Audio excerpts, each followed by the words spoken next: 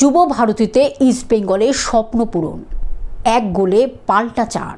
যুব ভারতীতে ইস্টবেঙ্গলের স্বপ্ন পূরণের রাত।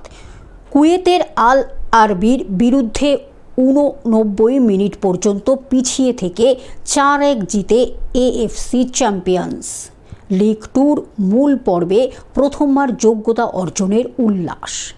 বিদেশি দলের বিরুদ্ধে আরও একবার মশাল জ্বালানোর রাত। পিছিয়ে পড়া ইস্টবেঙ্গল খোঁচা খাওয়া বাঘের মতোই ভয়ঙ্কর প্রমাণ করার রাত।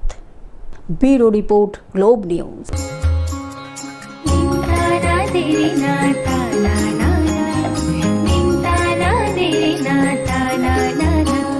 পাশে সবার প্রিয় গ্লোব টিভি, সাথে সবার প্রিয় গ্লোব টিভি।